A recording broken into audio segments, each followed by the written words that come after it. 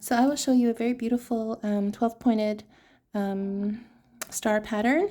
And you can tessellate this by first setting up a grid, which I have some videos about how to set up a six-fold grid. And then after that, just drawing the pattern over and over. So I will show you one unit, but as I said, you can tessellate it by setting up the grid and then just drawing the pattern. So whatever size paper you have, mine is 9 by 12, so I'm going to start with about a 4 centimeter radius on my compass, and I'll just draw the circle, and then I'll draw the seed of life diagram. So it's a circle surrounded by 6 circles. So the first circle is in the center, and then where the line and the circle intersect over here on the right, I'll draw an additional circle, and then on the left, I'll draw another circle as well. And then where the circles intersect, 2 above and 2 below, I will draw the last 4 circles. So let me do that right now. Okay, and then we're getting this beautiful pattern, this flower pattern that we get. And in total it's 7 circles because it's a circle surrounded by 6 circles. We keep the same radius. Okay. And then what we're going to do is we're going to draw 3 equilateral triangles on this circle. So the way that we do that is first we're going to place the ruler. We need 12 intersections on our first circle. So 12, we have 6. We have 1, 2, 3, 4, 5, 6. Those will come in handy in a second. But let's just get these as well. So let's get this qalb shape. So the very tip or that intersection of the qalb through the center, through the bottom one. So we could draw a line if we want, or we could just draw a little just mark it, just a little tick on our circle, just like that. And then we do the same thing through the qalb on the right, the center, and then the left. So we do the same thing. Again, if you just drew a full line, that's okay too. I'm just keeping it a little bit neater by just drawing like a little tick. And then likewise on the left, it's the exact same thing. And I'll just draw a little tick. Okay. And then what we're going to do now is draw 4 equilateral triangles. So we just connect the very top tick with the little, with the ones on the bottom, right and left. And we're keeping everything inside that first circle. And then likewise, we do the same thing opposite. We always work in symmetry. So then we do another circle here that I'm doing in pink.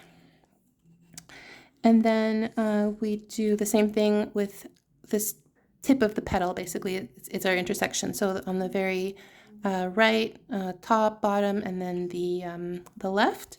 So these are equilateral, so all our triangles should be, all the sides of our triangles should measure the same, just like that. And then likewise for the left, we do the exact same thing. So let's do that. Okay, so now what I'm going to do is I'm just going to pause it and I'm going to highlight in black the shapes that we want to keep, because a lot of this is construction. So I'm just going to highlight in black what we're keeping, and then you'll see it. So now you see here the lines that are in black are the ones that we want to keep as part of the final design. And what we're going for is basically a design that looks like that, tessellated all over, but I'm just showing you one. So then the next one is a 6-pointed star that we're going to draw inside. So basically we're going to go from this point to this point to this point. So we're going to do an equilateral triangle on the right and then one on the left. So let's connect those now. So just 1, 2, and 3, and then we do the opposite. So we got this one, and now we'll do the one on the left. And it's an equilateral triangle. There's 2 of them. And then again, we're only keeping the outline of that shape. So let me get that in black. It's going to be easier to see as well.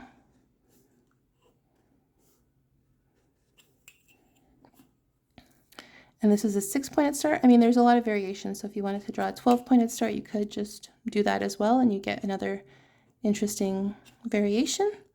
But I'm just going to do a 6-pointed star. And this pattern is found in the book called Arts and Crafts of the Islamic Lands on page 82 in the 12 and 6. Okay, so that's the second one. And then now we see this hexagon inside here. So we're going to draw, again, 2 equilateral triangles inside the hexagon. So we're going to connect 1, 2, and 3. That's going to be one triangle, and the other one's going to be the bottom and the top, right and left. So we have that as well, and then that'll be the end of the pattern, and then you can just color and tessellate as you like. Okay, and again, we only care about the outline. The rest is kind of like construction. Let's just outline that in black.